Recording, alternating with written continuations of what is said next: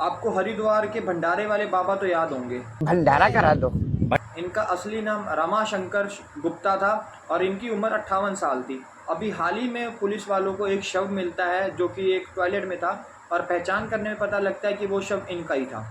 और दुख की बात तो ये है कि जब तक ये जीवित थे, इनके पास कितने सारे यूट्यूबर, कितने सारे ब्लॉगर आते थे ताकि उनके अकाउंट की रीच बढ़ जाए, उनको फॉलोअर्स मिले, उनको लाइक्स मिले।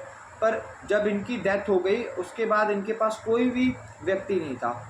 पुलिस वालों ने इनकी फैमिली को फ़ोन किया पर आर्थिक तंगी के कारण कोई भी आ नहीं पाया, जिस वजह से पुलिस वालों ने ही इनको आखिरी कंधा दिया और उन्होंने ही इनका अंतिम संस्कार किया। पुलिस वालों ने ये दिखाया कि वो एक इंसान के नाते ये सब भी कार्य करते हैं।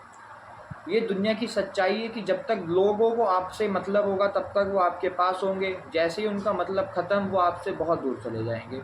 धन्यवाद।